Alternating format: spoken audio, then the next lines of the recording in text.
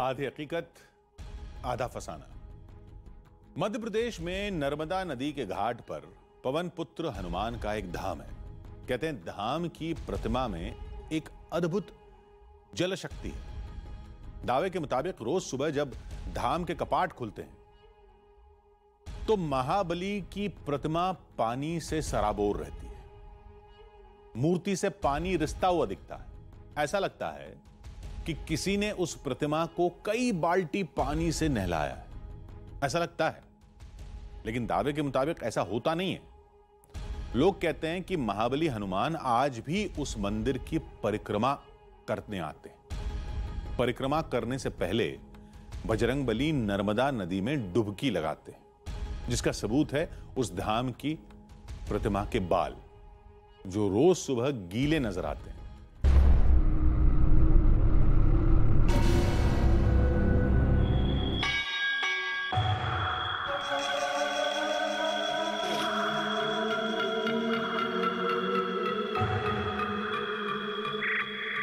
जब भी वहाँ जाओ तो आपको मूर्ति को देखकर ऐसा लगता है जैसे कि बस बाबा अभी स्नान करके वहाँ पे विराजित हुए हैं।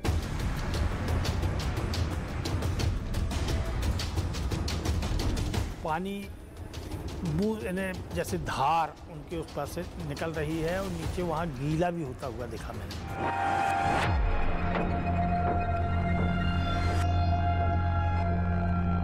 एक अलौकिक व्यक्तित्व जो है वो नर्मदा जी में गोता लगा करके मंदिर में प्रवेश करता है।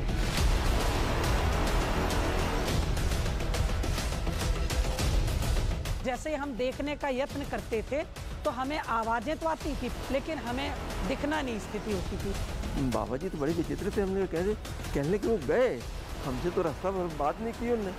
और जब मैंने वहाँ पहुँच के पीछे देखा तो वो गायब थे।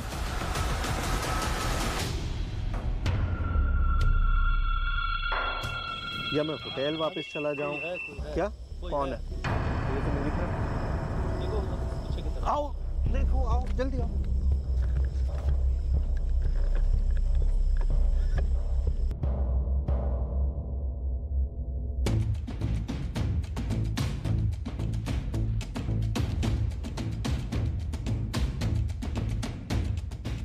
वो साया किसी को दिखता है, किसी को नहीं दिखता। वो रहस्यमयी आवाजें किसी को सुनाई देती हैं, किसी को नहीं सुनाई देती। लेकिन एक चमत्कार रोज सुबह सब देखते हैं। वो है महाबली के इस धाम की गीली मूर्ति।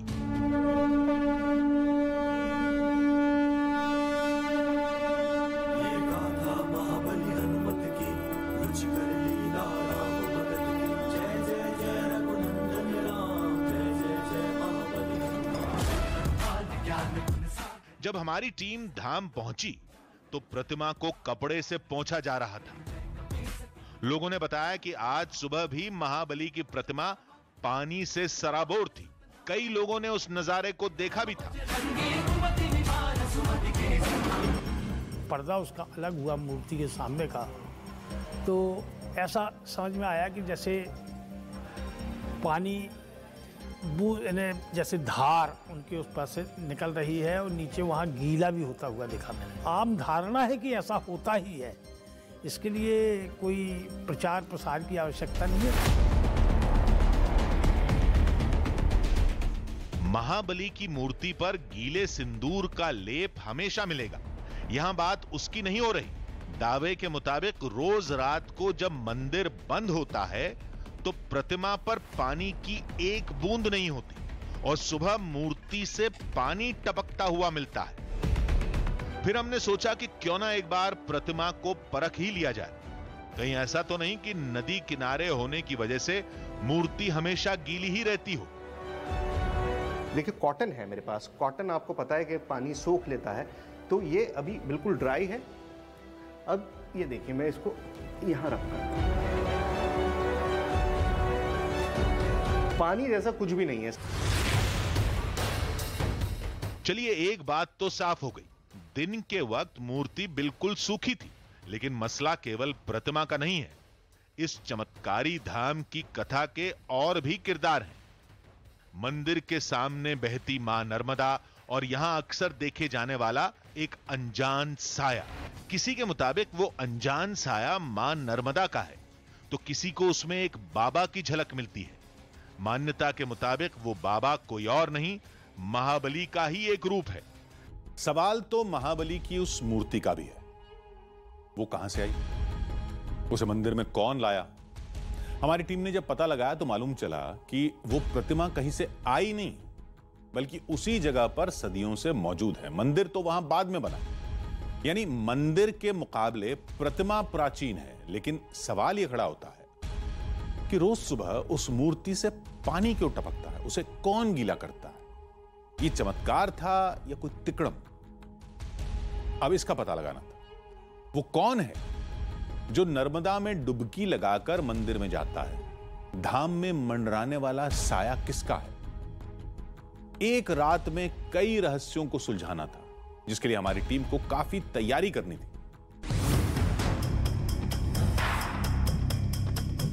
अब हमारी टीम तैयार थी, लेकिन दिमाग में एक शक था। पता नहीं दावा सच भी है या नहीं। अगर सच है तो क्या आज भी वो रहस्यमयी हलचल होगी?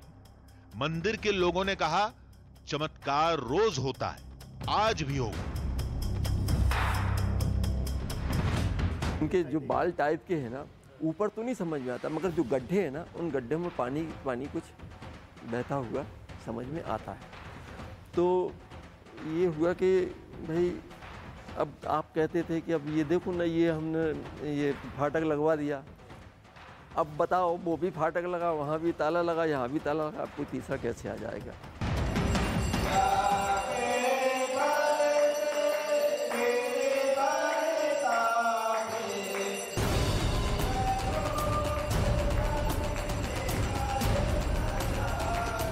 आरती के बाद हमने अपनी मौजूदगी में मंदिर को बंद कराया। बंद करिए सब।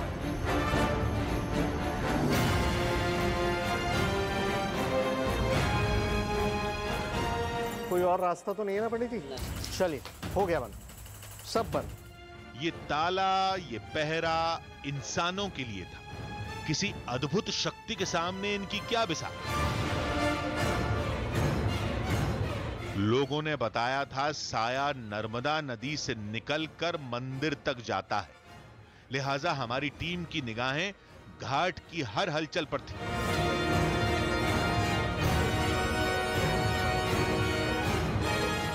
हमारी टीम घाट से लेकर मंदिर तक पहरा दे रही थी। लोगों के मुताबिक वो कहीं भी दिख सकता है, इसलिए हमारी टीम घाट से धाम तक लगातार चक्कर लगा रही थी।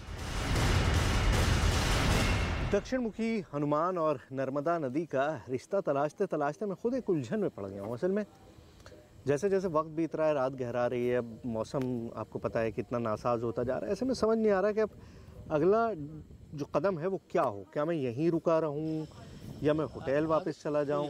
क्या कौन है? पानी में एक साया दिखा। दूर अंधेरे में इंसान जैसी एक आकृति नजर आई। कोई था जो नर्मदा में स्नान करने के बाद पूजा कर रहा था।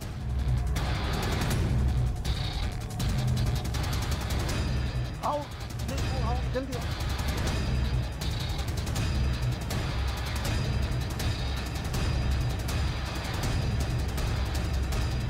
वो हमें देखकर वापस जाने लगा। अरे बाबा जी नमस्कार। क्या हुआ इतनी रात में नर्मदा में? माई के दर्शन के लिए। अच्छा, और हमको लगा कि पता नहीं कौन आ गया पीछे से। रात में तो कोई होता भी नहीं है यहाँ पे, है? माई की भक्त के अलावा कौन होगा? अच्छा, लेकिन इतनी रात तो यहाँ कोई आता जाता नहीं है फिर? अब माई का बच्चा तो माई के पास ही होगा। मतलब इतनी रात में डर नहीं लगता? पानी है, बारिश है, सब कुछ है। माई से डरने का?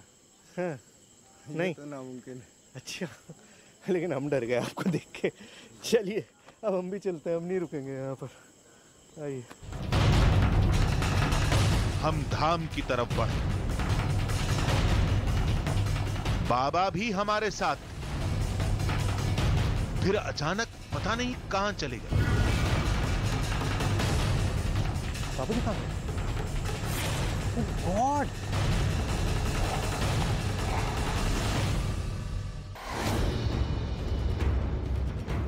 अभी उलझन में ही थे कि मंदिर खोलने का वक्त हो गया।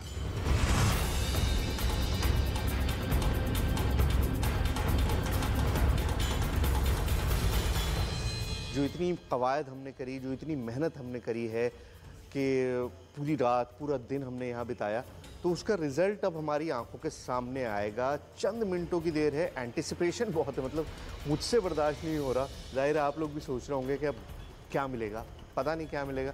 पंडित जी आइए, खोलिए। ये फाइनल मतलब वो जो गेट है जहाँ से मंदिर के बिल्कुल अंदर जाया जाता है, वो ये ताले हैं। 2 ताले लगाए थे, एक ऊपर एक नीचे, दोनों ताले खोले जा रहे हैं। खोलिए जी।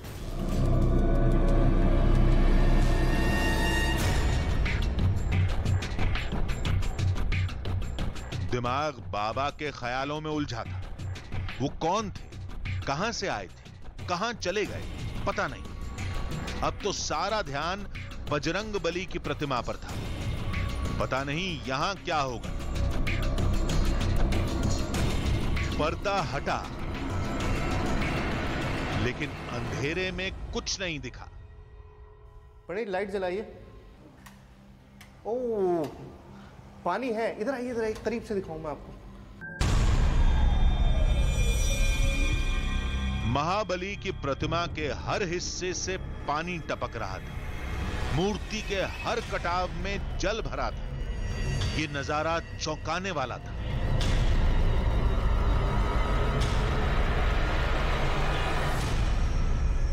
यहाँ पर हर तरफ पानी की बूंदें दिखाई दे रही हैं, बाकायदा टपक रही हैं। मतलब ऐसा नहीं है कि सिर्फ कंडेंसेशन जिस तरह से ग्लास पे फॉर्म हो जाता है वो है, पूरी बूंदें जो है वो दिखाई दे रही हैं। कमाल है।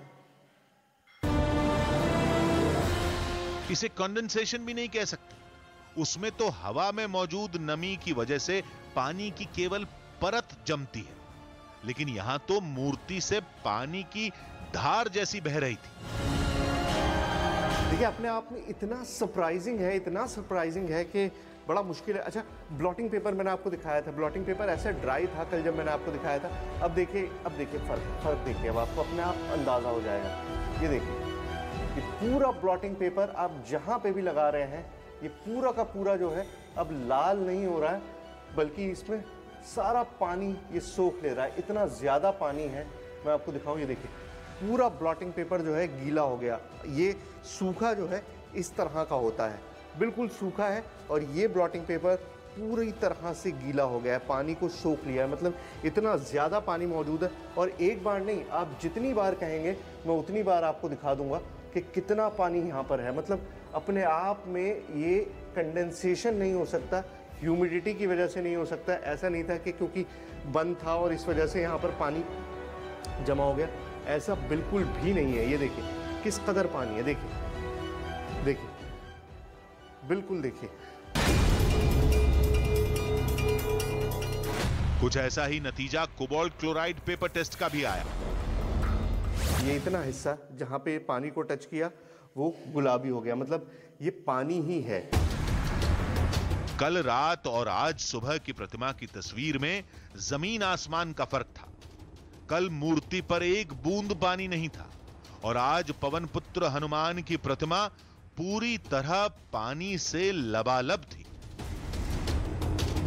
रात में बाबा और सुबह पानी से भीगी मूर्ति, इन दोनों तस्वीरों ने हैरत में डाल दिया। चलिए एक बार यह मान लेते हैं कि वो बाबा बिना बताए कहीं चले गए और अंधेरे में हम उन्हें नहीं देख पाए, लेकिन बजरंग बली की ये प्रतिमा, ये तो हमें साफ गीली नजर आ रही है। इसको क्या कहें?